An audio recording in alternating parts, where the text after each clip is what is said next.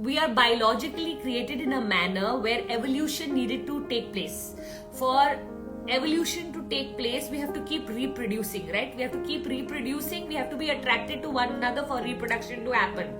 So there is certain chemicals that get created in our body when we meet someone who we get very attracted to.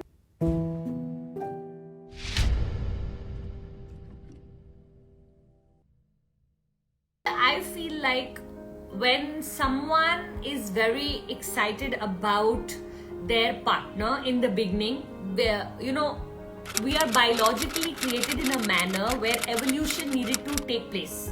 For evolution to take place, we have to keep reproducing, right? We have to keep reproducing. We have to be attracted to one another for reproduction to happen.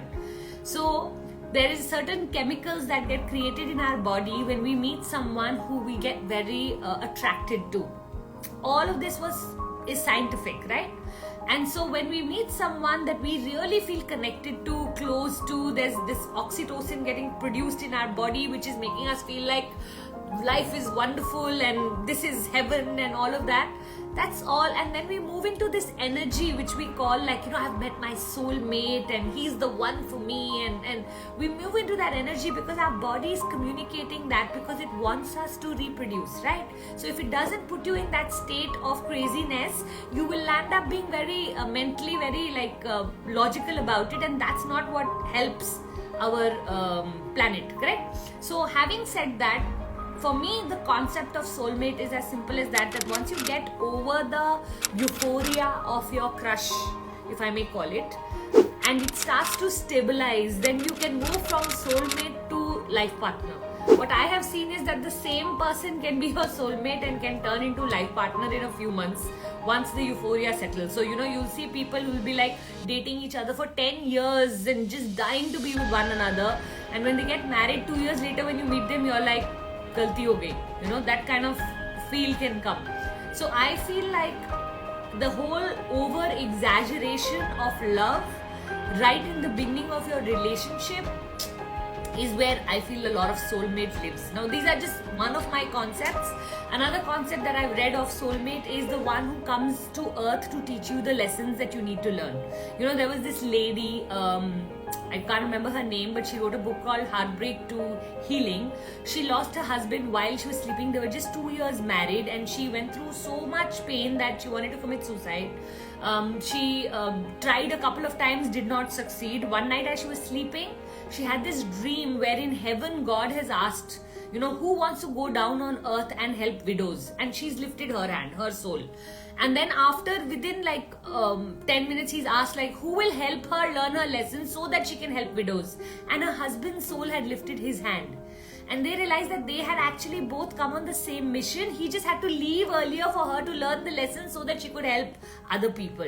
I find all of this very interesting. So in some form, he was the soulmate that was required for her to live her mission. So if your partner helps you live your mission, that could be another version of soulmate. So I don't give too much importance to soulmates as such. I'm not a big fan or believer of this word. I feel like every relationship has light and shadow, and anybody having this expectation that there will be no shadow in a relationship is over romanticizing something, because on earth we are living on the dual plane. What is the dual plane? If you will feel love for someone, you will feel hate for them.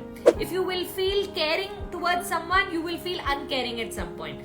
There will always be the opposite emotion also in you. And the fact that we've been told that when your soulmate comes, you'll only feel one way, it's not humanly possible on the earth plane. On the earth plane, we have to feel all of the spectrum of emotions that run from 0 to 100.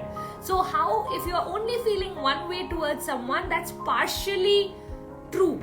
That means you've not accepted the complete truth. That means you're not being able to see. And when oxytocin gets produced in our body, the real truth is we can't see the other side in the person. We are extremely forgiving. We are extremely blinded in love. Those kind of words get used. When they turn into life partner, that's when we make it real. And for me, I value real relationships. I don't value pedestal relationships. Pedestal is when you put someone on a pedestal and you start to worship them like you're the luckiest thing that could have happened to me. No, for me, I want to play in a relationship where you and the other person are equal, where you come in saying, I know my worth and therefore I will value your worth. Because I understand my worth, I will give you your worth.